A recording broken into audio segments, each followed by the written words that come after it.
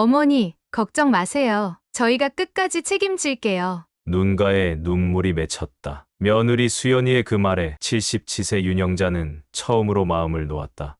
세상 어느 어머니가 자기 집을 자식에게 넘기며 불안하지 않겠는가. 하지만 수연이는 늘 싹싹하고 따뜻했다.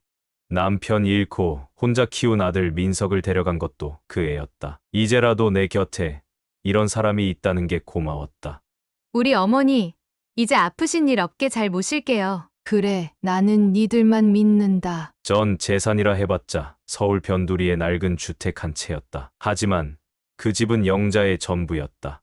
남편과 함께 40년을 살아온 추억이 담겨 있었고, 민석이 첫걸음을 떼던 거실, 남편의 유골함이 놓여있던 안방까지 그 모든 순간이 집 안 구석구석에 묻어 있었다. 그러나 어느 날부터였다. 몸이 많이 아파지기 시작했다. 혈압이 오르고 무릎이 아팠다. 화장실 가기도 불편하고 계단을 오르내리는 게 점점 힘들어졌다. 민석과 수연이에게 말했다. 나 이제 좀 힘들어서 말이다. 혹시 나중에 일이 생기면 니들이 좀 알아서 해줘야 할지도. 그 말을 꺼낸 지 며칠 후 민석이 조심스럽게 말을 꺼냈다. 엄마, 혹시 집을 우리 앞으로 등기해두면 나중에 일이 생겨도 걱정 없을 것 같아. 어차피 우리 집이고 엄마랑 계속 같이 살 거잖아. 그 말이 틀리지는 않았다. 내 아들인데, 내 며느린데, 내가 믿는 가족인데. 며칠을 고민하다 결국 영자는 도장을 찍었다. 법무사 사무실에서 증여계약서에 서명하는 순간 수연이의 눈가에 스치던 미소가 지금 생각해보면 조금 달랐던 것 같다. 하지만 그땐 몰랐다. 그게 모든 지옥의 시작이 될 줄은. 그날 저녁 식탁에 삼겹살이 올라왔다. 어머니, 이제 진짜 우리 가족이잖아요. 앞으로는 더 편하게 사실 수 있어요. 그 말에 영자는 웃으며 고개를 끄덕였다. 정말 그렇게 믿었다. 하지만 이상한 건 등기 이전과 이후 수연이의 눈빛이 달라지기 시작했다는 것이다. 그토록 따뜻하던 말투가 점점 차가워지고 함께 앉아 밥을 먹던 시간이 줄었다. 민석도 핸드폰만 붙잡고 대화는 점점 줄어들었다. 어느 날 새벽에 화장실에 다녀오는데 수연이의 목소리가 들렸다. 이제 다 끝났어. 우리 이름으로 바뀌었으니까 신경 꺼. 그냥 요양원이나 알아보자고. 그 순간 발끝에서부터 머리까지 차가운 한기가 올라왔다.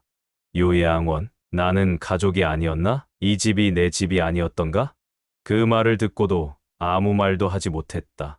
그냥 다음 날 아침 아무 일 없는 척 아침밥을 차렸다. 수연이는 부엌에 들어오지도 않았고 민석은 엄마, 아침은 그냥 간단하게 먹을게요라고 말하며 방으로 들어갔다. 점점 영자는 집 안에서 투명인간이 되어갔다. 등기 이전엔 작은 병원 다녀오면 손잡아 주던 며느리가 이젠 기침만 해도 한숨부터 내쉬었다. 며칠 후 집 현관문 비밀번호가 바뀌어 있었다. 수연아, 비밀번호가 바뀌었더라. 어제랑 다르던데. 아, 엄마, 그거 민석이가 바꿨어요. 아기 때문에요. 보안 좀 신경 쓰려고요. 그날부터였다. 영자는 우리 가족이 아닌 사람이 된 느낌을 받기 시작했다. 그리고 며느리의 말 한마디가 영자의 마음을 산산이 부쉈다. 어머니, 이제 어차피 이 집은 저희 거잖아요. 어머니도 좀 알아서 사시는 게 좋지 않으실까요? 그 말을 들은 순간 마치 심장이 뚝하고 떨어진 느낌이었다. 등기를 넘긴 그날 이후 며느리의 태도는 하루하루 조금씩 잔인하게 변해가고 있었다. 현관문 비밀번호가 바뀌고 난 뒤부터 윤영자의 일상은 서서히 무너졌다. 아들 민석의 방에서 나오는 웃음소리는 점점 줄었고 며느리 수연은 더 이상 눈을 마주치지 않았다. 어머니, 이 물건 좀 치워주시겠어요? 어머니, 빨래는 제가 알아서 할게요. 그냥 계세요. 아, 이걸 왜 여기다 놓으셨어요? 어지럽게. 처음에는 단순한 말투의 변화라 생각했다. 하지만 시간이 지날수록 그것은 존재 자체를 지워가는 과정이었다. 영자는 자신이 집안에서 점점 불편한 존재가 되어가고 있음을 느꼈다. 부엌에 들어가도 수연은 힐끔힐끔 눈치를 주었고 거실에서 TV를 보려 하면 조용히 리모컨을 가져가 채널을 바꾸곤 했다. 한겨울이었지만 방은 점점 더 차가워졌다. 온돌이 잘 안 되는지 아니면 일부러 안 켜준 건지. 민서가, 보일러가 잘 안 되는 것 같아. 아, 그래. 수연이한테 얘기해 볼게. 하지만 다음 날도 그 다음 날도 아무런 변화는 없었다.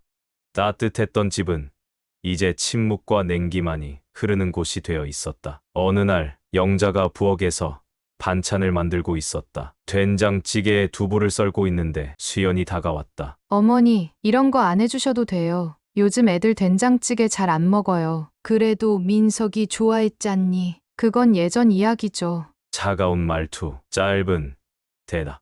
고개를 숙인 영자는 천천히 두부를 다시 냉장고에 넣었다. 그때 등 뒤에서 들리는 수연의 말. 앞으로 식사도 저희가 알아서 할게요. 어머니는 어머니 식대로 드세요. 그 집에서 같은 식탁에 앉을 자격조차 사라지고 있었다. 며칠 뒤 외출 후 집에 돌아온 영자는 더 큰 충격을 받았다. 안방이 바뀌어 있었다. 그동안 자신이 쓰던 방, 남편의 유골함이 있던 그 공간에 민석과 수연의 침대가 놓여 있었다. 이건? 어머니 방이 너무 습해서요. 저희가 안방으로 옮겼어요. 그럼 나는? 작은 방 있으시잖아요. 그쪽이 혼자 계시긴 더 나을 것 같아서요. 그 순간 눈앞이 뿌얘졌다. 남편과의 40년이 담긴 그 방에서 조용히 혼자 울던 밤들, 아들의 첫 생일상을 차리던 기억들, 그 모든 것들이 이젠 남의 손에 넘어가 있었다. 며칠 후 영자는 새로 바뀐 작은 방에서 겨우 잠을 청하고 있었다. 문틈 사이로 수연과 민석의 대화가 들려왔다. 이대로 계속 두면 안 돼. 집 분위기도 그렇고 아이도 눈치 보잖아. 그래도 우리 엄만데 지금 우리의 교육보다 당신 어머니가 중요해? 그 말에 민석은 아무 대답도 하지 않았다. 영자의 손끝이 떨렸다. 며느리에게 무시당하는 것도 서러운데 아들조차 아무 말도 하지 않는다는 것. 그게 가장 아팠다. 영자는 조용히 한 장의 편지를 꺼냈다. 남편의 유골함 옆에 있던 오래된 결혼식 사진과 함께 간직했던 손편지. 여보, 당신이 떠난 뒤에도 나는 우리 가족을 지키고 싶었어요. 하지만 내가 지킨 건 가족이 아니라 거절당한 존재가 되었네요. 민석이만은 변하지 않길 바랐는데 미안해요, 여보. 나 정말 미안해요. 눈물이 사진 위에 뚝뚝 떨어졌다. 영자는 이대로 이 집에서 투명한 존재로 사라져야 하는 걸까? 그리고 그날 밤, 영자는 거실에서 무심코 본 TV 광고 하나에 시선이 멈췄다. 노인 상담센터, 누구에게도 말 못한 이야기, 지금 전화하세요. 한참을 망설이다 수화기를 들었다. 여보세요, 네. 저기 상담 좀 받고 싶어서요. 이게 무슨 소용일까 싶으면서도 한편으로는 지푸라기라도 잡고 싶었다. 이 집에서 살아남기 위해선 더 이상 참기만 해선 안 된다는 생각이 들었다. 하지만 그녀는 아직 모른다. 그녀에게 더 잔인한 한마디가 기다리고 있다는 걸. 눈을 뜨자 어스름한 새벽이 방 안을 감싸고 있었다. 윤영자는 조심스럽게 몸을 일으켰다.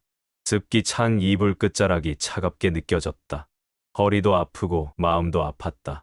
아들 민석과 함께 살게 된 지 2년. 그동안 꾹 참고 또 참으며 살아왔다.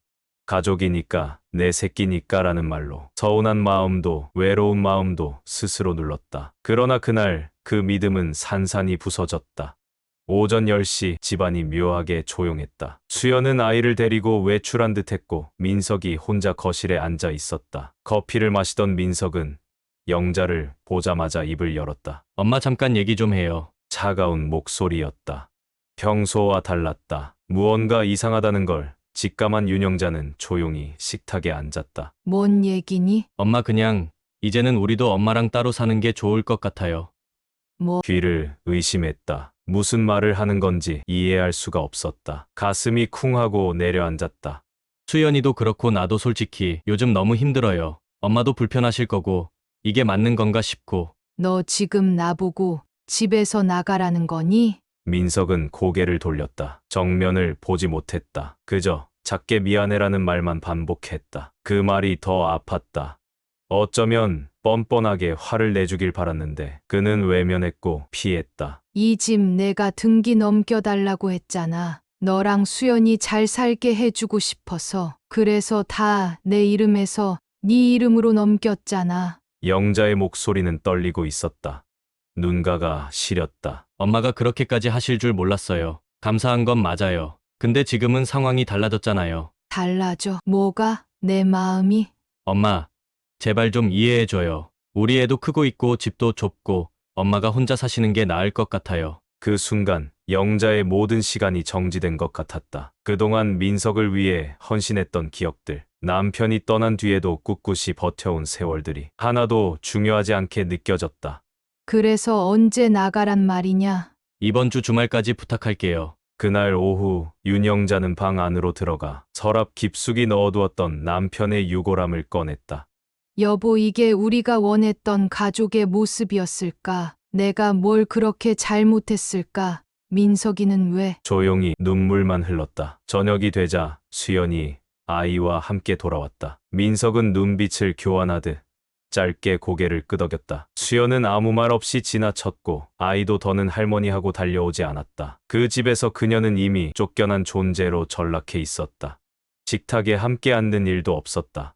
수연은 따로 음식을 차렸고 윤영자의 앞에 놓인 밥은 차가웠다. 한 끼 식사조차 가족이 아닌 남처럼 느껴졌다. 주말이 다가오던 날 민석은 조용히 물었다. 엄마, 짐 정리 좀 하셨어요? 짐이 어딨다고 정리를 하니? 이 나이에 들고 나갈 것도 없구나. 영자는 허탈하게 웃으며 말했다. 그 말에 민석은 대답하지 못했다. 그저 자리만 피했다. 그날 밤 윤영자는 작은 캐리어 하나에 몇 벌에요. 그리고 남편의 유골함을 조심스레 넣었다. 서랍 깊은 곳에 있던 가족 사진 한 장도 넣었다. 그 속엔 아직 웃고 있는 민석이 있었다. 그 미소를 이제는 볼 수 없지만. 그리고 일요일 아침 민석은 말없이 거실에서 TV를 보고 있었고 수연은 창밖을 보며 커피를 마시고 있었다. 윤영자는 캐리어를 끌고 나섰다. 가시게요? 그래, 나도 참 오래 앉아 있었지. 몸 조심하세요. 그 말뿐이었다. 붙잡는 이도 울며 말리는 이도 없었다. 그녀는 조용히 문을 열었다. 그리고 빗방울이 떨어지기 시작했다. 현관문이 조용히 닫혔다. 윤영자는 문 앞에 멈춰 섰다. 비는 이미 본격적으로 내리고 있었고 하늘은 먹구름으로 가득 차 있었다. 손에는 작은 캐리어, 등에는 오래된 외투 하나. 비닐 우산 하나 없이 그녀는 조용히 골목을 걷기 시작했다. 이젠 갈 곳이 없었다. 갈 데가 어디 있나? 친정도 없고 친구들도 다 연락 끊긴 지 오래고. 노인정에서 함께 웃던 이들도 어느새 다 병원에 가 있거나 자식들 따라 타지로 떠났다. 여기 이 골목만이 남편과의 추억, 아들과의 성장 기억이 깃든 유일한 고향 같은 공간이었다. 그 고향에서 그녀는 이제 쫓겨난 사람이 되었다. 정류장 근처 작은 공중전화 박스 앞에 멈춰섰다. 비를 피할 공간이 그것뿐이었다.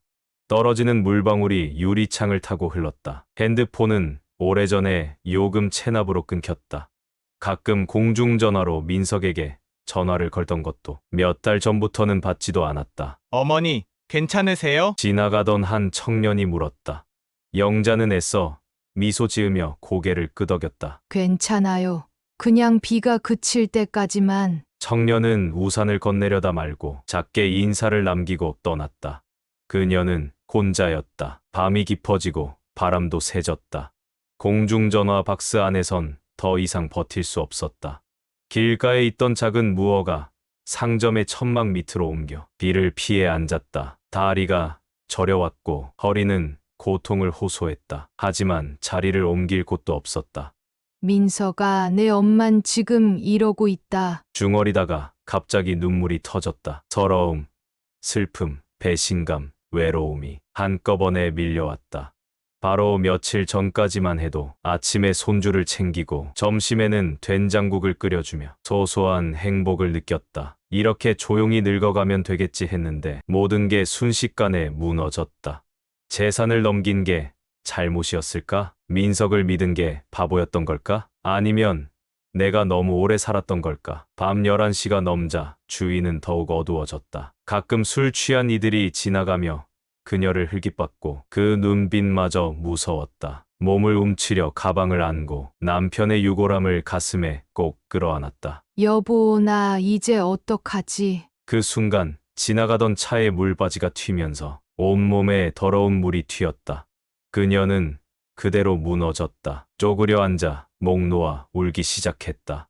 세상이 그녀를 버린 것 같았다. 그러다 문득 찜질방 간판이 눈에 들어왔다. 노란 불빛이 스무네 시 운영이라는 문구를 비추고 있었다. 하룻밤만 몸 좀 녹이자. 다리를 끌듯 걸어 찜질방으로 향했다. 가방을 들고 문을 열자 직원은 이상하다는 듯 바라봤다. 어르신 혼자세요? 응, 그냥 몸 좀 녹이려고. 직원은 말없이 계산기를 두드렸다. 남은 현금은 2만 원, 1박 입장료 8천 원. 그걸 내고 나니 먹을 것도 살 수 없었다. 락커에 짐을 넣고 조용히 황토방에 들어섰다. 여러 사람들이 이불을 덮고 자고 있었다. 그녀는 구석 자리를 찾아 몸을 말았다. 차가웠던 몸이 서서히 녹았다. 그러자 더 눈물이 났다. 이게 내 인생의 마지막일까? 밤새 뒤척이며 잠들지 못한 채 남편의 유골함을 품에 안고 조용히 속삭였다. 여보, 내일은 어디로 가야 할까? 황토방 구석에서 밤을 지새운 윤영자. 몸은 조금 녹았지만 마음은 여전히 얼어붙어 있었다. 잠시 눈을 붙였나 싶었지만 시계는 새벽 5시를 가리켰다. 주위의 사람들이 하나둘 자리에서 일어났고 그녀는 조용히 일어났다. 누군가 혹시라도 자신을 노숙인이라 오해할까. 몸을 움츠리며 눈을 피했다. 락커에서 짐을 꺼내 다시 비닐봉지에 챙겼다. 한밤 사이 딱딱해진 이불처럼 그녀의 마음도 바싹 말라 있었다. 정수기 옆에서 따뜻한 물을 종이컵에 담아 마시며 오늘 하루를 어떻게 보낼까 고민했다. 갈 곳이 없다. 전화할 사람도 없다. 잠시 손녀가 떠올랐다. 어릴 적 늘 할머니하고 달려오던 그 아이는 지금 어떻게 지내고 있을까? 하지만 민석이 그녀를 내쫓은 이상 손녀와의 인연도 끝이겠지. 찜질방을 나와 터덜터덜 걷는 발걸음. 아침 햇살은 따뜻했지만 그녀에겐 너무나 차가웠다. 버스 정류장 옆 벤치에 앉았다. 배는 고팠고 허리는 더 아팠다.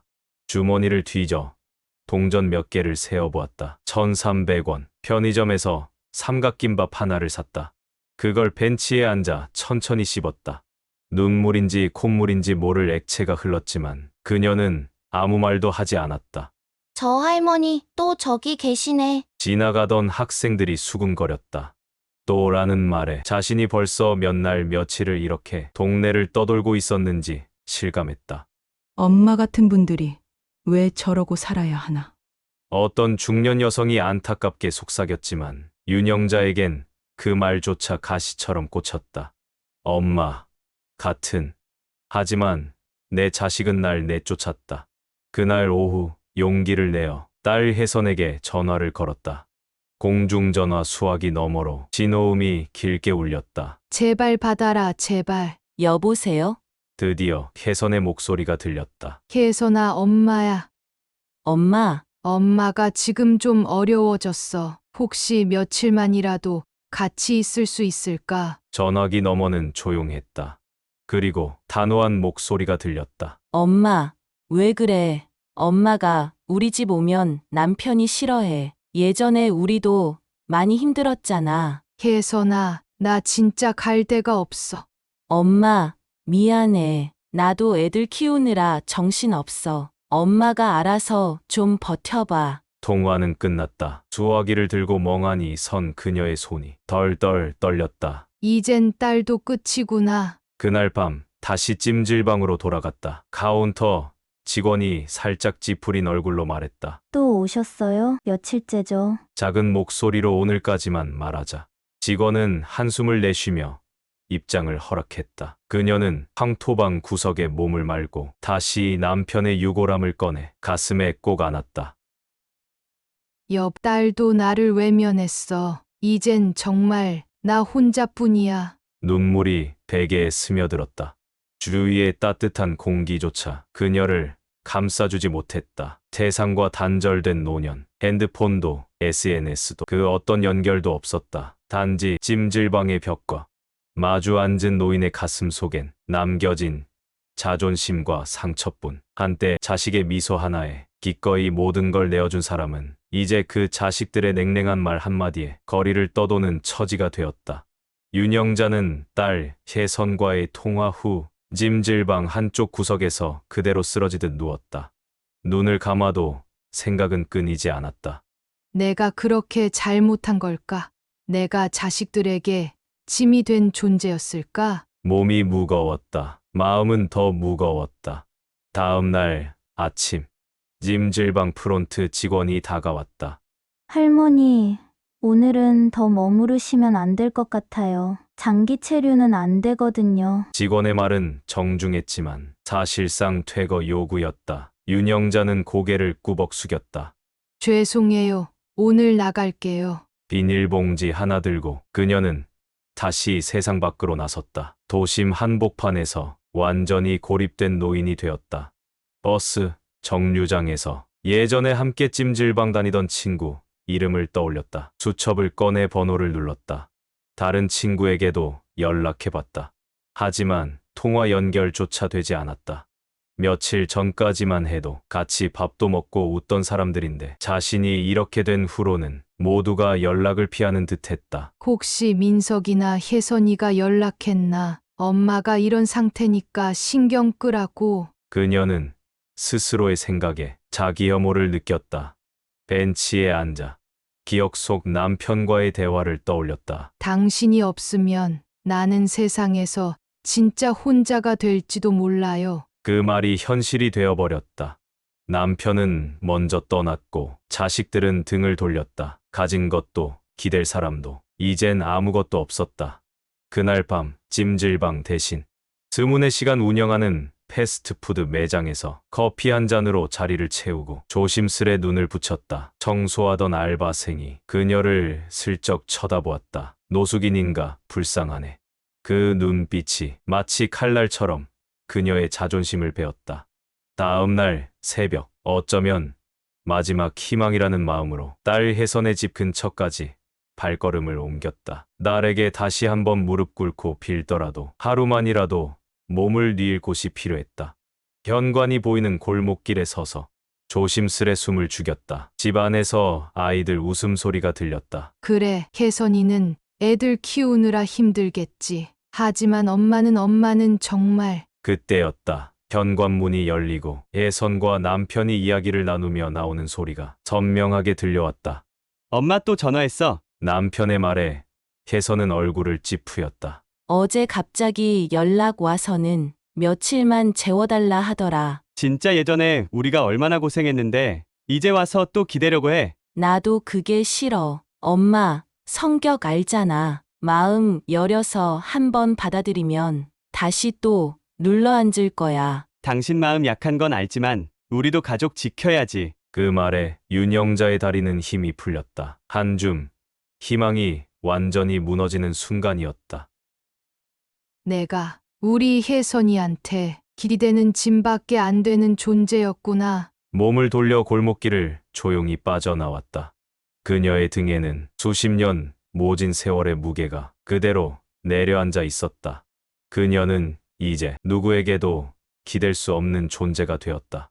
전 재산을 내어주고 오직 가족을 믿고 살아왔건만 남은 것은 고립, 고통, 그리고 배신뿐. 그러나 그 절망의 바닥에서 윤영자는 결심하게 된다. 이대로 무너지지 않겠다고, 이대로 끝내지 않겠다고. 그래, 다 내 손으로 만든 일이야. 하지만 끝도 내 손으로 바꿀 거야. 윤영자는 혜선의 말에 무너진 마음을 붙잡고 비틀거리듯 골목을 빠져나왔다. 그러다 문득 자신이 전 재산을 넘긴 집, 아들과 며느리가 사는 집이 생각났다. 거기라도 가볼까? 혹시라도 민석이가 아직 나를. 자신도 모르게 발걸음이 향했다. 이상하게도 마음 깊은 곳에서 무언가 꺼림칙한 기운이 들고 있었지만 확인하지 않으면 견딜 수 없었다. 전철 2번 갈아타고 버스 한 번 더 타야 도착하는 거리. 한때 자신의 이름으로 된 집이 있었던 곳. 낯익은 대문을 보자 윤영자의 눈가가 저절로 젖었다. 저 안에서 내가 김치 담그고 설거지하고 손주 이유식 만들고 그랬었는데. 그녀는 골목 모퉁이 뒤쪽에 몸을 숨긴 채 집 안을 조용히 지켜보았다. 그때였다. 문이 열리고 민석과 며느리 수진이 대화를 나누며 현관으로 나오는 모습이 보였다. 엄마, 또 전화했어? 민석이 담배를 꺼내 물며 물었다. 집 앞에 왔다더라고. 근데 내가 안 나갔지. 우리 인생에 방해될 일 없게 하자며. 윤영자의 눈이 커졌다. 수진의 말은 너무나 차가웠다. 그니까 우리 지금이 제일 중요한 때잖아. 애들 학군도 정했고 사업도 이제 자리를 잡아가는데 괜히 정서 불안한 사람 들이면 어지러워진다고. 맞아. 솔직히 엄마 지금 집 없고 돈 없잖아. 우릴 어떻게 하겠어. 수진은 잠시 웃더니 목소리를 낮췄다. 근데 그거 있지. 아직도 엄마 이름으로 뭔가 남아있는 줄 아는 사람들 있더라. 웃기지 않아? 이제 다 우리 거잖아. 끝까지 우리 돈이야. 그 말에 민석은 피식 웃었다. 뭐 어쩌겠어. 공중 다 끝났고 이제 우리 이름으로 돼 있는데 앞으로 절대 흔들리면 안 돼. 정에 끌려서 잠시 흔들리면 또 옛날처럼 발목 잡히는 거야. 딱 잘라야 돼. 우리 가족이 먼저야. 그 대화를 듣는 순간 윤영자는 무릎에 힘이 풀려 그대로 주저앉았다. 온몸이 떨렸다. 내가 이걸 들으려고 여기까지 온 거야? 차라리 오지 않았더라면 이렇게까지 철저히 무시당하고 비참하게 무너지는 일은 없었을 것이다. 하지만 이제 확실히 알게 되었다. 자신이 믿었던 가족이라는 사람들은 전부 돈과 이익으로 자신을 버린 거란 걸. 수진의 마지막 말이 계속 귓가에 맴돌았다. 이제 끝까지 우리 돈이야. 그 말 한마디가 심장에 대못을 박았다. 그 집 대문 위에는 윤영자가 직접 새겼던 현판이 아직도 걸려 있었다. 행복한 가정, 웃음 가득한 집. 하지만 그 안에서는 배신과 이기심, 냉정한 현실만이 살아 숨쉬고 있었다. 윤영자는 대문을 한참 바라보다 천천히 자리에서 일어났다. 그리고 두 눈에 뜨거운 눈물이 맺힌 채 조용히 중얼거렸다. 그래. 이제 정말 가족 의지도 기댈 것도 없다. 그럼 나도 나답게 살아야지. 그날 밤 그녀는 종이 한 장을 꺼내 오래된 수첩 속 이름 하나를 적어봤다. 최경자. 오래전 함께 장사를 했던 그 사람이면 혹시 윤영자는 자신의 마지막 자존심을 되찾기 위한 결심을 하게 된다. 윤영자는 오래된 수첩을 다시 펼쳤다. 손때 묻은 그 수첩에는 시장에서 장사하던 시절 알게 된 사람들의 이름과 연락처가 적혀 있었다. 이 중에 아직 연락되는 사람이 있을까? 그녀는 떨리는 손으로 오래전 단짝이었던 최경자에게 전화를 걸었다. 신호음이 몇 번 울리고 익숙한 목소리가 들려왔다. 여보세요? 경자야, 나 윤영자야. 잠시 정적이 흘렀다. 그리고 따뜻한 말이 돌아왔다. 야, 윤영자. 너 정말 윤영자의 세상에. 너 어디 있었어? 왜 연락 끊겼어? 윤영자는 그 자리에서 울음을 터뜨렸다. 자신을 반갑게 맞이해주는 목소리, 그것만으로도 세상에 단 한 사람은 남아있다는 희망이 생겼다. 며칠 뒤 경자는 영자를 만났다. 허름한 카페 구석자리에서 두 사람은 손을 맞잡았다. 야, 너 왜 이렇게 말랐냐? 그 잘난 아들한테 갔더니 어떻게 된 거야? 영자는 참았던 말들을 쏟아냈다. 며느리에게 전 재산 넘긴 이야기, 아들이 등을 돌린 이야기, 그리고 골목에서 들은 대화까지. 경자는 이를 악물며 들었다. 그리고 한마디. 야, 네가 왜 등기까지 넘겨줘? 자식이라고 다 믿으면 안 되는 거 몰랐냐? 영자는 고개를 떨구었다. 하지만 경자는 이어서 이렇게 말했다. 그래도 넌 이제 끝까지 무너지면 안 돼. 그 인간들한테 무너진 인생, 너 스스로라도 다시 일으켜야지. 경자는 작은 반찬 가게를 하고 있었다. 영자에게 함께 일하자며 손을 내밀었다. 기억나? 우리 예전에도 같이 장사했잖아. 너 음식 솜씨 하나는 끝내줬었잖아. 윤영자의 눈에 한 줄기 희망이 들어왔다. 그렇게 윤영자는 다시 앞치마를 입었다. 아직 어설프지만 반찬 하나하나에 정성을 담기 시작했다. 작은 통, 작은 반찬, 그리고 작은 희망. 하지만 현실은 냉정했다. 일이 힘들었고 몸은 예전 같지 않았다. 허리는 자주 삐끗했고 밤이면 손가락 관절이 저렸다. 무엇보다 마음의 병이 컸다. 밤이 되면 수진의 말이 귓가에서 맴돌았다. 이제 끝까지 우리 돈이야. 그 말이 자꾸만 윤영자의 가슴을 찢었다. 어느 날은 반찬을 담다 말고 그 자리에 털썩 주저앉았다. 숨이 가빠지고 눈앞이 흐려졌다. 경자가 놀라 소리쳤다. 야, 영자야, 괜찮? 그 순간 윤영자의 몸이 완전히 풀리며 바닥에 쓰러졌다. 병원, 응급실, 심한 스트레스와 탈수, 정신적 쇼크가 원인이었다. 의사는 조용히 말했다. 이 상태가 계속되면 우울증이 악화될 수 있습니다. 가족의 도움이 절실한 상황입니다. 경자는 답답한 마음에 가방을 움켜쥐었다. 도움 줄 가족이 없는데요. 그 인간들이 이 사람 이렇게 만든 거예요. 윤영자는 병상에 누운 채 하얀 천장을 바라보았다. 심장이 천천히 뛰었다. 몸은 식어갔다. 그리고 자신에게 남은 게 뭘까? 끝없는 물음만 머릿속을 맴돌았다. 그러나 그 순간에도 경자는 곁을 지켰다. 야, 너희 이대로 지면 안 되지. 지금까지 너 어떻게 살아왔는데? 경자의 눈가에 눈물이 고였다. 넌 내가 유일하게 가족처럼 생각했던 친구야. 그러니까 죽는 소리 하지 마. 윤영자의 눈에서 천천히 눈물이 흘렀다. 처음이었다. 진짜 가족보다 더 따뜻한 말. 진심, 어린 위로. 그때 윤영자의 손이 미세하게 움직였다. 윤영자의 세상은 조용히 무너지고 있었다. 아니, 이미 한번 무너졌고 지금은 그 잔해 속에서 겨우 숨만 붙은 채 살아가고 있을 뿐이었다. 병실의 커튼 사이로 해가 지는 노을빛이 살며시 스며들었다. 그녀의 초췌한 얼굴을 붉게 물들였지만 그 안의 생명력은 전혀 느껴지지 않았다. 내가 왜 여기까지 온 걸까? 그녀의 내면에서 조용히 흐르는 목소리는 차갑고 절망에 젖어 있었다. 자식들에게 모든 걸 주며 행복하길 바랐다. 며느리가 기죽지 않길 바라며 집문서에 이름을 넘겼고 아들의 가정을 지켜주고 싶어 스스로 조용히 물러났다. 그런데 그 보답이 쫓겨남이라니. 며칠 전 비오는 골목에서 들은 말이 아직도 생생했다. 이제 끝까지 우리 돈이야. 걱정 말고 그 할망구 신경도 쓰지 마. 그 말이 뇌리를 때릴 때마다 심장은 철렁 무너졌고 숨 쉬는 것조차 고통이 되었다. 먹는 것도 말하는 것도 의미 없었다. 그저 눈만 깜빡일 뿐. 윤영자는 마치 껍데기만 남은 사람처럼 하루하루를 무의미하게 흘려보냈다. 의료진은 경자에게 조용히 말했다. 신체적인 문제는 회복 가능합니다. 하지만 정신적인 충격이 매우 큽니다. 식사를 거부하고 대화 반응도 없고 외상 후 스트레스와 우울증이 겹친 상태예요. 경자는 한숨을 깊게 내쉬며 물었다. 그럼 어떻게 해야 돼요?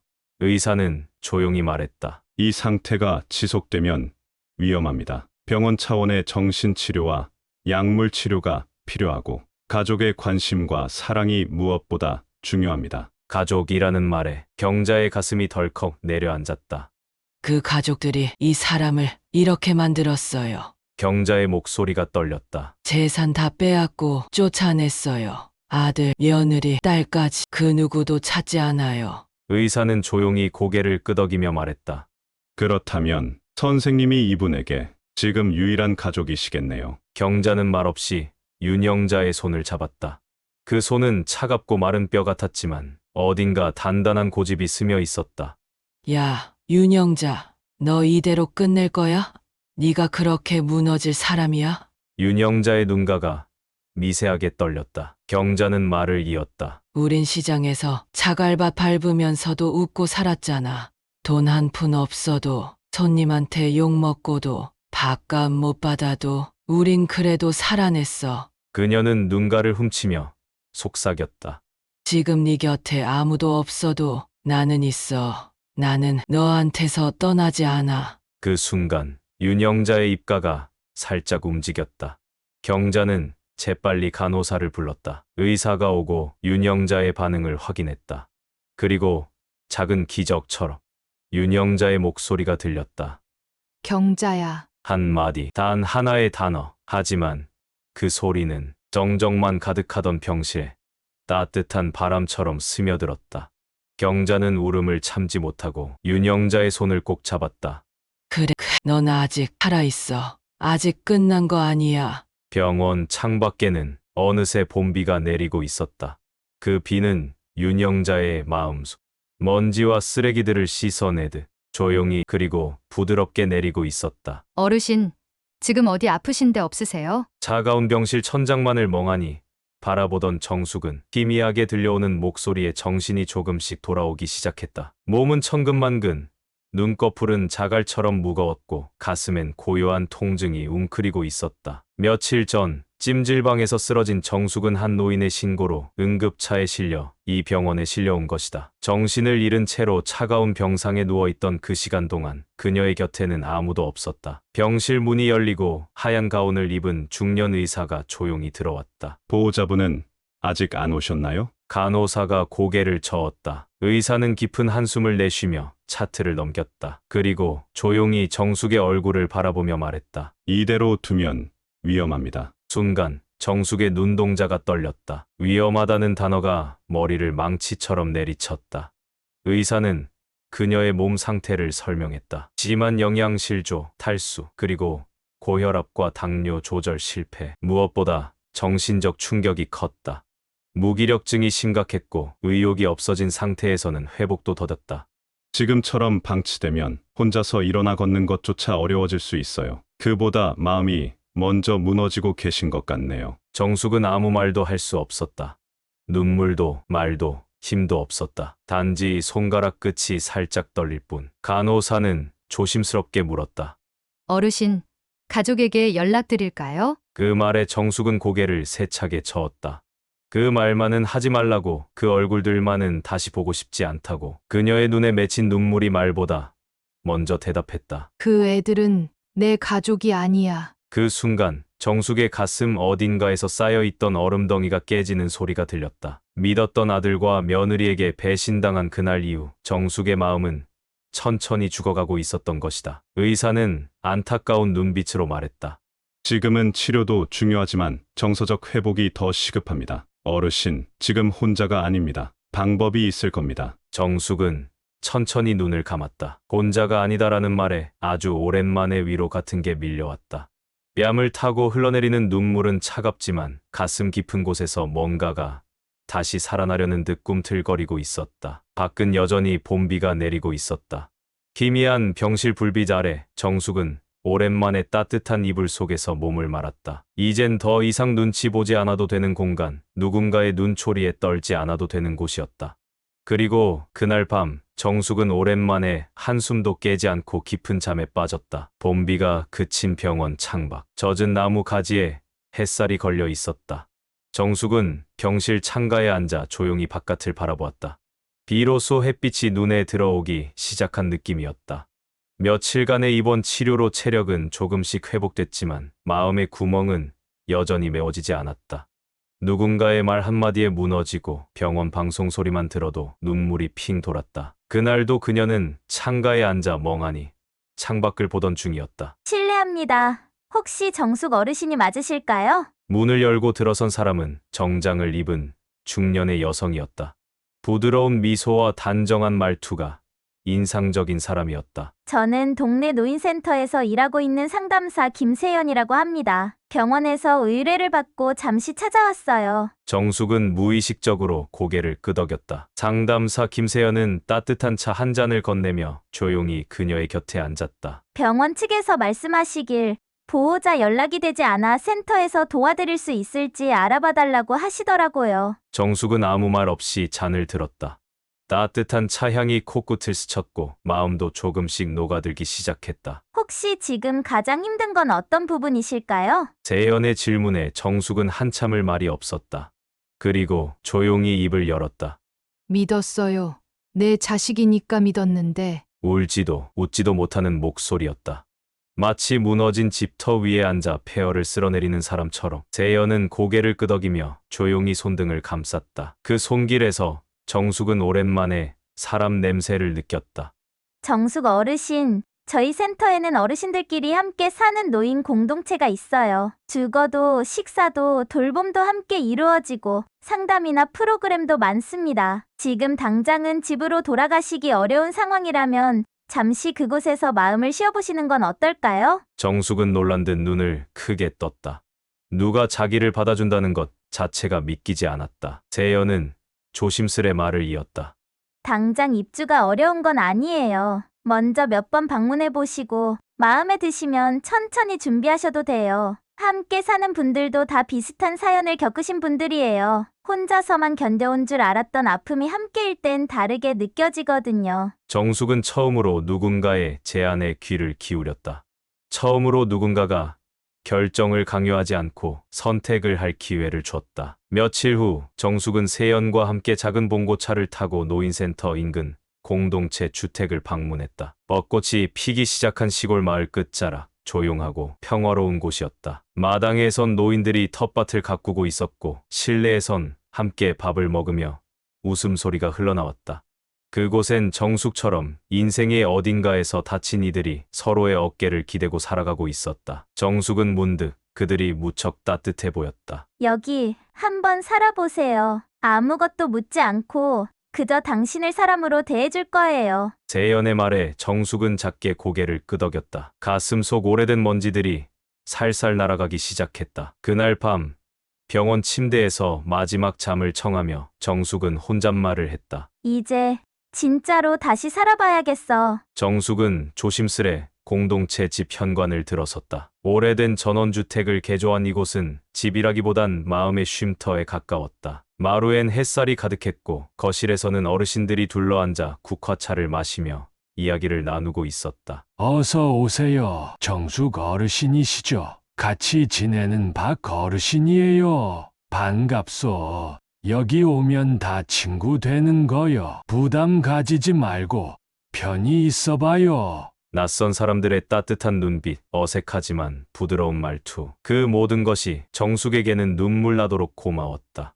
낯설음은 곧 익숙함이 되고 외로움은 서서히 녹아내렸다. 며칠 동안은 그저 눈을 뜨고 밥을 먹고 사람들과 인사를 나누는 것이 전부였다. 그마저도 벅찰 만큼 지친 마음이었기에 정숙은 억지로 무엇을 하려 하지 않았다. 하지만 사람은 참 이상한 존재였다. 마음이 따뜻해지고 몸이 회복되자 어느새 주변이 눈에 들어오기 시작했다. 여기 청소는 누가 하세요? 우리끼리 돌아가면서 해요. 할 수 있는 만큼만 해요. 정숙은 손에 걸레를 들고 마루를 쓸었다. 예전 같으면 귀찮게 여겼을 일들이 이제는 내가 존재하고 있다는 증거처럼 느껴졌다. 그날 밤 정숙은 오랜만에 깊은 잠을 잤다. 새벽녘 꿈속에서 어릴 적 엄마가 손을 잡고 시장을 데려가던 장면이 어렴풋이 떠올랐다. 그 기억 속 엄마의 손처럼 지금 이 공동체도 정숙을 어딘가로 이끌어주고 있었다. 며칠 후 공동체에서는 조촐한 환영식을 열었다. 새로 들어온 어르신들을 위한 소박한 모임이었다. 정숙 어르신, 앞으로 같이 잘 지내요. 여긴 누구 하나 혼자가 아닙니다. 그 말을 들은 순간 정숙은 목이 메었다. 자신이 환영받고 있다는 사실 하나만으로도 다시 살아갈 이유가 생긴 듯했다. 그날 이후 정숙은 마치 다른 사람처럼 부지런해졌다. 아침 일찍 일어나 공동체 주방을 도왔고 다른 어르신들이 텃밭을 가꾸면 함께 김을 매주었다. 물론 힘든 날도 있었지만 나를 필요로 하는 사람들이 있다는 사실만으로도 견딜 수 있었다. 그리고 어느 날 작은 쪽지가 공동체 게시판에 붙었다. 노인센터 밑반찬 포장 도우미 모집, 희망자, 신청 요마. 정숙은 잠시 쪽지를 바라보다가 조심스럽게 이름을 적었다. 그리고는 스스로를 향해 속삭였다. 그래, 이 나이에도 누군가에게 도움이 될 수 있다면 그걸로 충분하지. 정숙의 두 손은 이제 더 이상 쫓겨난 여인의 손이 아니었다. 누군가에게 밥 한 끼를 건넬 수 있는 따뜻한 손, 자신의 삶을 다시 일으켜 세운 살아있는 손이었다. 그리고 그녀는 알았다. 가족이란 꼭 피를 나눴다고 완성되는 것이 아니라는 것을. 그녀를 무너뜨린 것도 가족이었지만 다시 일으켜 세운 것도 또 다른 형태의 가족, 공동체였다. 정숙의 눈빛은 예전보다 훨씬 단단해졌다. 이제 그녀의 삶은 누구에게도 빼앗길 수 없는 것이 되어가고 있었다. 정숙 어르신, 오늘도 오셨어요. 노인센터 지하 주방, 오전 10시. 정숙은 매일 아침이면 가볍게 모자를 눌러쓰고 조용히 밑반찬 포장 봉사를 나섰다. 무거운 몸을 이끌고 일어나기가 힘든 날도 있었지만 누군가를 위해 뭔가를 할 수 있다는 생각 하나로 정숙은 이 작은 봉사의 자리를 소중하게 여겼다. 아이고, 김치가 아직 따끈하네. 빨리 식혀서 봉지에 넣어야겠네. 어르신 손이 제일 빠르시다니까요. 젊은 사람들보다 낫다니까요. 센터 직원의 농담에 정숙은 손사래를 쳤지만 속으로는 기분이 좋아졌다. 누군가에게 필요한 사람이라는 느낌. 그것은 집에서 쫓겨났던 날 이후 처음으로 느껴보는 따뜻한 감정이었다. 이후에도 정숙은 주방에서 반찬을 나르기도 하고 포장 박스를 정리하거나 물티슈를 접기도 했다. 작은 일이었지만 하루하루 정숙의 표정은 달라져 갔다. 마치 그동안 얼어붙었던 얼굴이 서서히 녹아내리는 것처럼 그녀의 눈빛에는 생기가 돌기 시작했다. 그렇게 몇 달이 흘렀을 무렵 센터에서 아주 소소한 일거리 제안이 들어왔다. 정숙 어르신, 혹시 이거 해보실래요? 마스크끈 묶는 간단한 일이에요. 조금이라도 보탬이 되면 좋을 것 같아서요. 처음엔 손사래를 치며 괜찮다고 했지만 직원의 권유에 정숙은 작게 고개를 끄덕였다. 밤마다 조용히 방에 앉아 마스크를 정리하며 그녀는 묘한 안정감을 느꼈다. 이렇게라도 돈을 벌 수 있다니 내 손도 아직 쓸모가 있구나. 작은 일당이 입금된 날 정숙은 통장을 들고 한참을 바라봤다. 5,000원, 10,000원, 그 돈들이 누군가에게는 보잘것없을지 몰라도 자신에게는 삶의 가치를 되찾아준 증거 같았다. 이후 그녀는 동네 복지관 청소 봉사에도 참여하고 동네 어린이집 앞에서 아이들 등하교를 돕는 역할도 맡았다. 할머니, 안녕. 우리 해솔이 왔네. 잘 다녀왔어? 아이들의 인사에 정숙의 입가엔 미소가 머물렀고 사람들은 그녀를 더 이상 쫓겨난 불쌍한 노인이 아닌 마을의 따뜻한 어르신으로 부르기 시작했다. 어느 날 공동체 안에 한 어르신이 말했다. 정숙 씨, 참 부지런하셔. 힘들지 않아요? 힘은 들죠. 그런데 이게요. 사람 살리는 일이에요. 제 자신부터요. 정숙은 그날 밤 처음으로 스스로를 칭찬했다. 무너진 인생이라 여겼던 자신의 시간이 다시 일어서고 있다는 사실이 너무나도 놀라웠다. 그러던 어느 날 집 청소를 하다 구석진 서랍 안에서 오래된 노트 한 권을 발견했다. 책장 사이에 껴있던 노트를 열자 한 페이지가 툭 하고 떨어졌다. 바로 거기엔 그녀가 몇 년 전 직접 숨겨두었던 금고, 위치와 통장 계좌번호가 적혀 있었던 것. 그 순간 정숙의 머릿속이 멍해졌다. 그래, 그 돈 아직 살아있다면. 그토록 절망 속에서 잊고 지냈던 마지막 희망. 사람들이 모르고 심지어 자신조차도 까맣게 잊고 있던 비상 자산이었다. 정숙은 조용히 노트를 덮으며 작게 중얼거렸다. 이제 다시 시작해야겠네. 빼앗긴 인생. 이대로 끝낼 순 없지. 그녀의 눈빛은 그 어느 때보다 단단하고 명확해졌다. 지금껏 단 한 번도 복수라는 말을 꺼내지 않았던 그녀의 입술에서 처음으로 그런 기운이 피어올랐다. 조용한 밤, 공동체 방 안. 정숙은 허리 굽은 몸을 이끌고 서랍 속 노트를 조심스레 꺼냈다. 거기엔 오래전, 아직 가족이라는 단어에 희망을 걸고 있었던 시절, 혹시 모를 사태를 대비해 숨겨두었던 금고, 위치와 통장 정보가 적혀 있었다. 마지막 남은 내 몫이었지. 다 뺏기기 전에 숨겨놨었는데. 아무도 모르게 아들 내외도 딸도 심지어 자신조차도 잊고 있었던 그 존재. 정숙은 다음날 아침 지하철을 타고 낡은 고물상 근처에 있는 작은 창고를 찾아갔다. 창고 주인은 정숙을 보고 놀란 얼굴이었다. 정숙 어르신와 5년 만인가요? 살아계셨군요. 그 창고 아직도 그대로예요. 한 번도 안 열었어요. 열쇠를 건네받고 창고 문을 열자 묵은 먼지 냄새와 함께 정숙의 기억 속 지난 삶의 잔해들이 드러났다. 그 구석, 낡은 옷가지 사이에 덩그러니 놓여있던 철제 금고. 덜컥, 덜컥. 마지막으로 돌린 숫자 조합이 맞자 금고가 서서히 열렸다. 정숙은 무릎을 꿇고 안을 들여다봤다. 그 안에는 봉투에 담긴 적금 통장, 오래된 예금 증서, 몇 개의 보석함과 자신이 평생 아껴 모은 돈이 그대로 있었다. 내가 아직 끝난 게 아니었구나. 그 순간 정숙의 눈에서는 눈물이 흘렀지만 그 눈물은 더 이상 슬픔이나 억울함이 아닌 확신의 눈물이었다. 손에 쥐어진 적금 통장을 확인하자 다시 은행을 방문해 계좌 상태를 조회할 수 있었다. 어르신, 다행히 이건 미지급 상태입니다. 예금도 살아있고 보석함은 따로 감정 의뢰도 가능하십니다. 직원의 설명에 정숙은 고개를 끄덕였다. 그동안 묻고만 있었던 철저히 숨겨둔 마지막 생명줄이 그녀의 손에 돌아온 것이다. 그래, 지금부터가 시작이다. 누구도 날 무시하진 못할 거야. 정숙은 첫 번째로 휴대폰을 바꿨다. 중고폰이지만 카메라도 달린 기종이었다. 두 번째로 노인센터 상담사를 찾아갔다. 혹시 제가 이 돈을 어떻게 잘 지키고 그 법적으로라도 싸울 수 있는 방법이 있을까요? 상담사는 눈을 동그랗게 떴다. 혹시 가족분들께 어떤 피해라도 입으신 건가요? 정숙은 담담하게 고개를 끄덕이며 말했다. 제 전 재산을 며느리 명의로 넘기고 쫓겨났습니다. 근데 이제 다시 찾고 싶습니다. 상담사는 정숙의 손을 꼭 잡았다. 어르신, 이건 혼자서 싸우실 일이 아니에요. 제가 법률구조공단을 연결해 드릴게요. 무료로 상담도 가능하고 어르신 같은 상황에 도움을 줄 수 있는 전문가들이 계세요. 정숙은 처음으로 나 혼자가 아님을 느꼈다. 버려진 노인이 아닌 싸울 수 있는 사람, 지킬 게 있는 사람으로 다시 태어나는 기분이었다. 며칠 뒤 정숙은 법률구조공단 상담 예약을 마쳤다. 창고에서 꺼낸 증거 서류들과 예금 내역, 통장 복사본을 차곡차곡 가방에 넣었다. 이건 내 인생을 지키는 증거야. 이젠 절대 빼앗기지 않겠다. 정숙은 버스에 올라 창밖을 바라봤다. 그날 하늘은 이상할 정도로 맑고 따뜻했다. 눈앞에 펼쳐진 건 단순한 복수가 아닌 자신의 삶을 되찾는 여정의 시작이었다.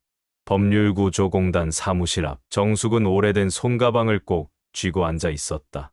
눈앞에 자동문이 열리고 닫힐 때마다 가슴은 콩닥콩닥, 발끝은 차가운 바닥 위에서 떨리고 있었다.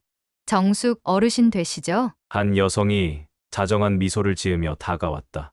그녀는 김수진 변호사, 공단에서 고령자 무료 상담을 전담하는 법률가였다. 작은 상담실에 들어서자 정숙은 준비해온 서류를 하나하나 꺼내기 시작했다. 재산증여 계약서, 당시의 통장 사본, 창고에서 꺼낸 오래된 통장 내역, 그리고 정숙이 직접 손으로 쓴 메모. 그 안엔 모든 상황이 일자별로 정리되어 있었다. 어떻게 전 재산을 며느리 앞으로 돌렸는지, 그 후 어떤 대우를 받았는지, 어떤 말과 어떤 행동들이 있었는지를 정숙은 밤마다 떨리는 손으로 써내려갔다.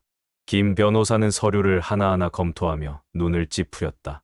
어르신, 이건 명백한 부당한 증여입니다. 심지어 정황상 강박이나 기망이 있었던 걸로도 볼 수 있어요. 이 계약 충분히 취소 가능합니다. 정숙은 작게 중얼거렸다. 정말 다시 되돌릴 수 있을까요? 물론입니다. 법은 억울한 사람 편에 있습니다. 특히 어르신처럼 부양을 조건으로 재산을 이전한 경우 부양 의무를 저버렸다면 증여 취소는 정당한 권리입니다. 그날 정숙은 법률구조공단의 정식 소장을 접수하게 되었다. 내용은 증여 계약 무효 및 재산 환수 소송. 같은 날 김 변호사는 긴급 가처분 신청도 함께 제출했다. 며느리 명의로 되어 있는 통장 일부와 부동산, 차량에 대해 임시 압류 조치를 신청하기 위한 것이었다. 우선 급하게 자산을 묶어야 해요. 이대로 두면 처분해버릴 가능성도 있습니다. 증거가 명확한 만큼 법원에서도 받아들일 확률이 높아요. 며칠 후 법원에서 가처분 일부 인용 결정이 떨어졌다. 며느리 명의의 통장 일부가 일시적으로 압류되었고 그녀에게는 재산 처분 금지라는 소송고지서가 발송되었다. 정숙은 아직 믿기지 않는 듯 입을 다물지 못했다. 단 한 번도 법을 기대한 적 없던 인생이었다. 모든 걸 참아야 하고 억울해도 삼켜야 하는 게 어른의 도리인 줄 알았기에. 하지만 지금 그녀는 깨달았다. 법은 나 같은 사람을 위한 것이기도 하구나. 노인 공동체 친구들과 상담사도 함께 축하해줬다. 누군가는 울고 누군가는 웃었다. 정숙은 그 자리에서 처음으로 크게 웃어보았다. 그 웃음 속에는 억울함을 딛고 새로운 길을 향해 걷는 한 어머니의 부활이 담겨 있었다. 며칠 뒤 서울 외곽에 있는 고급 아파트 단지, 그곳의 우편함에 한 통의 등기 우편이 꽂혔다. 서울중앙지방법원 가처분 결정서 및 소장 등본. 수신인 김현정. 발신인 법률구조공단 정숙 대리인. 며느리는 손에 들린 편지를 본 순간 얼굴이 굳었다. 이게 뭐야? 이건 소송장이야? 통장이 압류됐다고? 그녀는 급히 전화를 걸었다. 하지만 남편은 술에 취해 받지 않았고 그동안 무시하던 시어머니가 공식 절차로 반격해온 사실. 며느리는 멘붕 상태에 빠졌다. 곧이어 집 앞 초인종이 울렸다. 택배가 아닌 법원 집행관이었다. 다음 장에서 며느리의 충격적인 반응과 본격적인 법적 전쟁이 시작됩니다. 며느리 현정은 자신의 이름이 적힌 법원 우편물을 손에 쥔 채 눈을 질끈 감았다. 소송? 압류? 이게 무슨 소리야? 저 인간이 대체 무슨 짓을 한 거야? 그녀는 즉시 남편 정숙의 아들인 태수에게 전화를 걸었다. 하지만 태수는 회사실에 지쳐 술에 취한 채 전화를 받지 않았다. 다음 날 아침부터 집 앞을 찾은 건 우체국 직원이 아닌 법원 집행관이었다. 김현정 씨 맞으시죠? 서울중앙지방법원에서 나온 가처분 결정 통지서와 재산 명세 요구서를 전달드립니다. 현정은 얼굴이 사색이 되어 서류를 받아들었다. 내용을 읽어보며 입술을 깨물었다.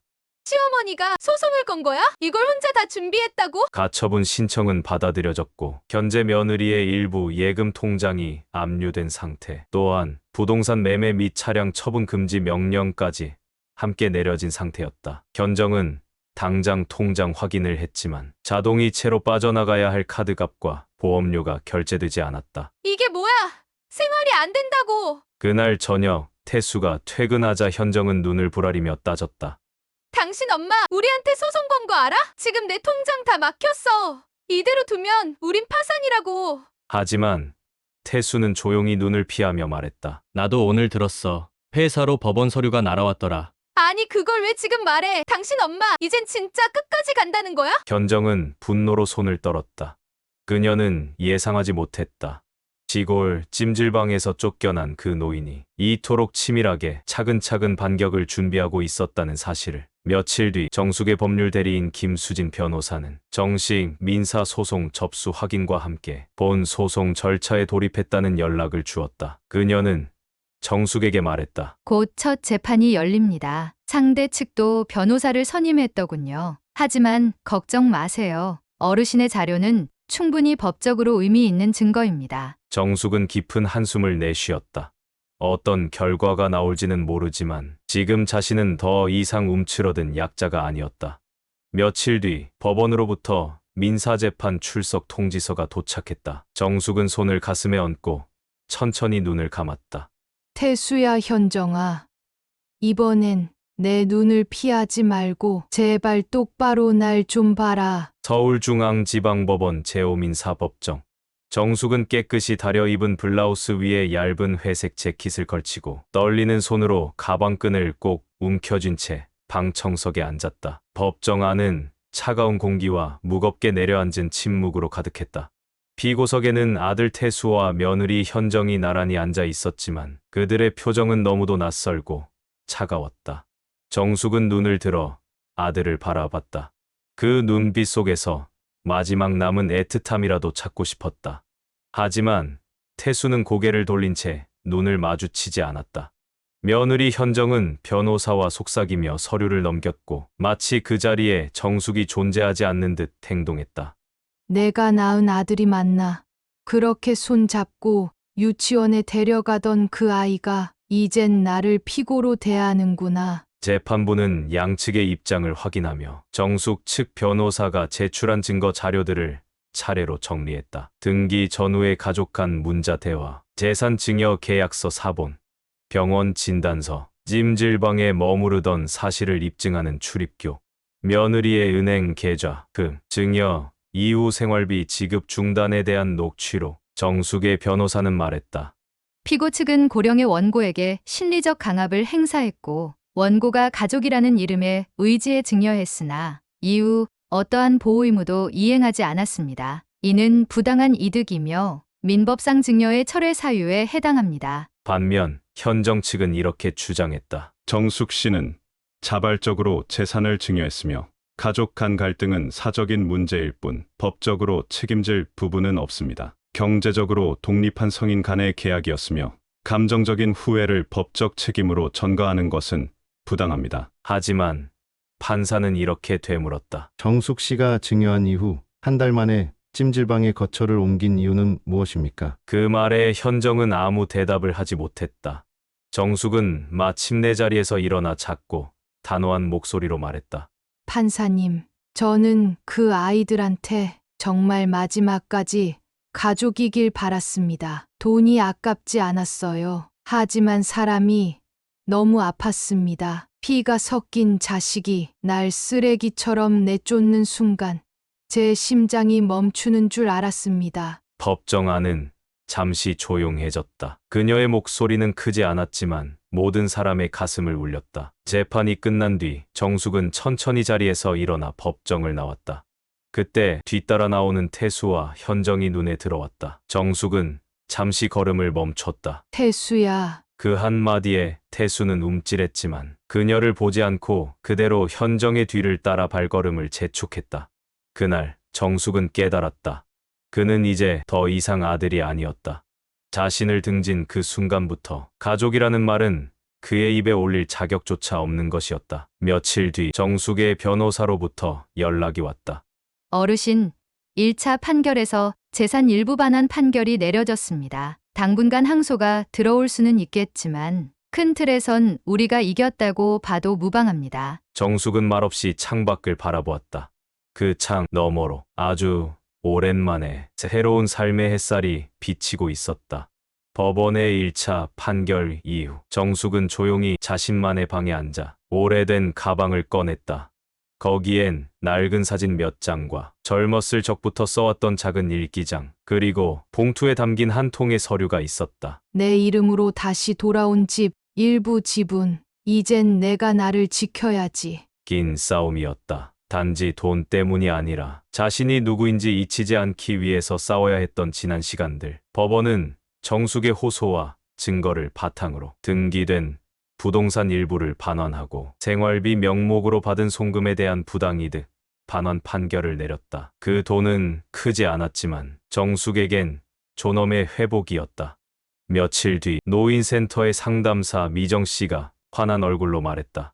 어머님, 좋은 방이 하나 나왔어요. 햇살도 잘 들고 동네도 조용해요. 여기 사진 좀 보세요. 사진 속 작은 아파트는 따스한 나무 장판이 깔려 있었고 창가엔 화분 하나가 놓여 있었다.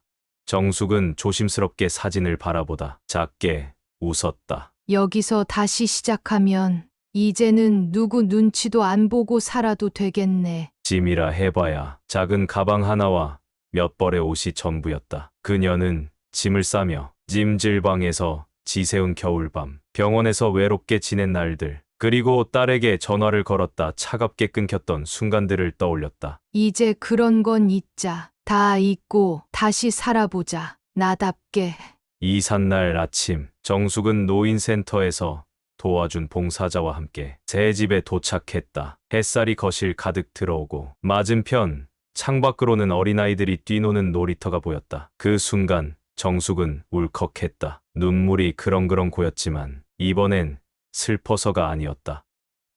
여긴 내가 웃어도 되는 곳 같아. 봉사자는 새로 받은 커튼을 달며 말했다. 어르신, 동네에 작은 공방이 하나 있어요. 노인분들 모여서 이것저것 만들고 이야기 나누고 그래요. 다음 주에 같이 가보실래요? 정숙은 고개를 끄덕였다. 그래요. 이제 나도 사람들하고 좀 섞여 살아야지.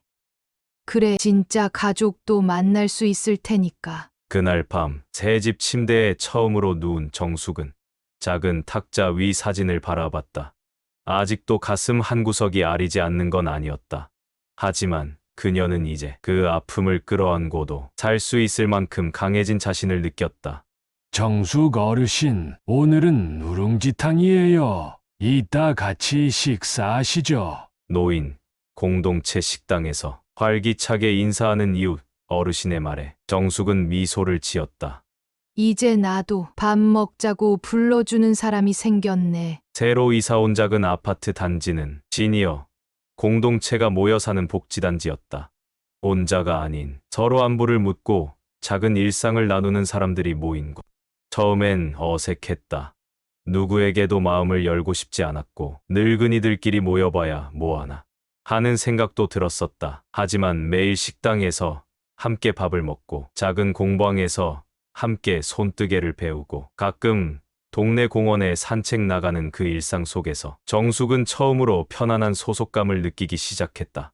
어느 날 정숙은 동네 공방에서 우연히 마주친 한 노인과 자연스럽게 이야기를 나누게 되었다. 저는요, 아들 둘 다 외국 가서 산지 오래됐어요. 명절에도 연락 한 통 없죠. 근데 여기선 매일 누군가가 문을 두드려줘요. 정숙은 그 말에 고개를 끄덕였다. 저도 비슷해요. 가족이라고 믿었던 사람들에게 버림받았는데 여기선 그냥 정숙 씨라고 불러줘서 그게 참 고맙더라고요. 공방에서는 매주 작은 바자회를 열었다. 정숙은 뜨개질을 배워 작은 손수건과 파우치를 만들었고 어르신들이 사소한 칭찬을 건넬 때마다 가슴이 따뜻해졌다. 정숙 어르신 솜씨는 정성 가득이에요. 이거는 손녀 주면 딱 좋겠어요. 이젠 누군가에게 쓸모 있는 사람이라는 느낌이 들었다. 어느 토요일 노인센터 미정 씨가 찾아왔다. 작은 편지 한 통과 함께 어머님, 이거 같이 공방에서 활동하던 분들이 정숙 어르신께 드리고 싶은 거래요. 편지에는 이렇게 적혀 있었다.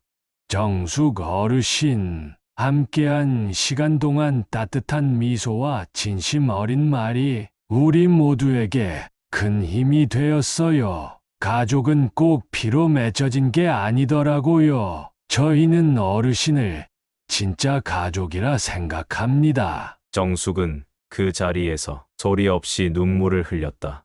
누군가에게 필요한 존재, 누군가의 마음속 가족이 되었다는 사실은 그 어떤 재산보다도 따뜻한 선물이었다. 그날 밤 정숙은 작은 일기장을 꺼내 처음으로 이렇게 적었다. 나는 혼자가 아니다. 내가 버린 게 아니라 나를 버린 사람들이 놓친 걸 이 사람들이 채워주었다. 자식은 아니지만 이들이 내 진짜 가족이다. 이제 정숙은 누군가의 손을 붙잡아주는 사람이 되었고 동네 행사 때마다 앞장서서 음식을 나르는 든든한 어르신이 되었다. 그리고 어느 날 정숙은 펜을 들었다. 한 통의 편지를 쓰기 위해서 작은 나무 테이블 위 창밖으로 봄 햇살이 따스하게 내리던 날이었다. 정숙은 오래된 펜 하나를 꺼내 들었다.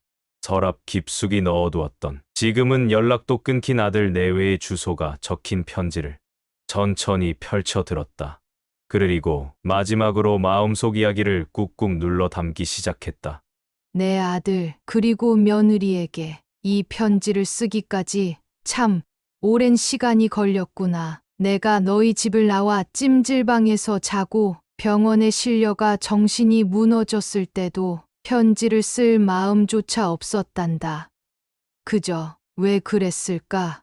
왜 나를 그렇게 내쳤을까? 그것만 수백 번도 넘게 되뇌며 살았다. 펜 끝이 잠시 멈췄다. 정숙의 눈가에 눈물이 맺혔다. 하지만 이제는 조금 알 것 같구나. 사람이 너무 기대면 상처도 크게 오는 거더라. 내가 너희에게 너무 많은 기대를 했는지도 모르겠다. 하지만 그때 너희가 내게 했던 말은 내 평생 지워지지 않을 것이다. 여기서 좀 나가주세요. 이젠 끝까지 우리 돈이에요. 그 말이 얼마나 나를 무너뜨렸는지 너희는 결코 알지 못하겠지. 창밖으로 어린아이들의 웃음소리가 들렸다. 정숙은 살며시 웃었다. 지금 나는 괜찮다. 나를 정숙 씨라고 불러주는 사람들이 있고 함께 밥을 먹고 손을 잡아주는 이웃이 있다. 이젠 웃을 수 있고 잠도 잘 온다. 내가 아무것도 아닌 존재가 아니라는 걸 매일 느끼며 살고 있단다. 내 전 재산이 너희에게 갔다는 건 여전히 내 마음 한편에 비어있는 구멍이지만 그 구멍을 이제는 미움이 아니라 이해로 메우려고 한다. 정숙은 편지의 마지막 줄을 천천히 써내려갔다. 너희가 어떤 삶을 살든 내 마음에서 완전히 지운 적은 없다. 하지만 다시 돌아올 마음은 없다. 이제 내 곁엔 진짜 가족이 있으니까 부디 너희도 사람을 아프게 하는 삶이 아닌 누군가에게 따뜻한 사람이 되길 바란다. 정숙 올림. 편지를 접어 봉투에 넣은 정숙은 조용히 우체통에 넣었다. 돌아오는 길, 이웃이 건넨 따뜻한 차 한 잔에 정숙은 작게 웃었다. 이젠 됐어. 나 잘 살고 있어. 우리는 때때로 피로 맺어진 인연이 가장 깊은 줄 압니다. 하지만 진짜 가족은 내 아픔을 들어주고 나의 이름을 따뜻하게 불러주는 사람일지도 모릅니다. 오늘도 혼자라고 느끼는 당신에게 이 이야기가 작은 위로가 되길 바랍니다.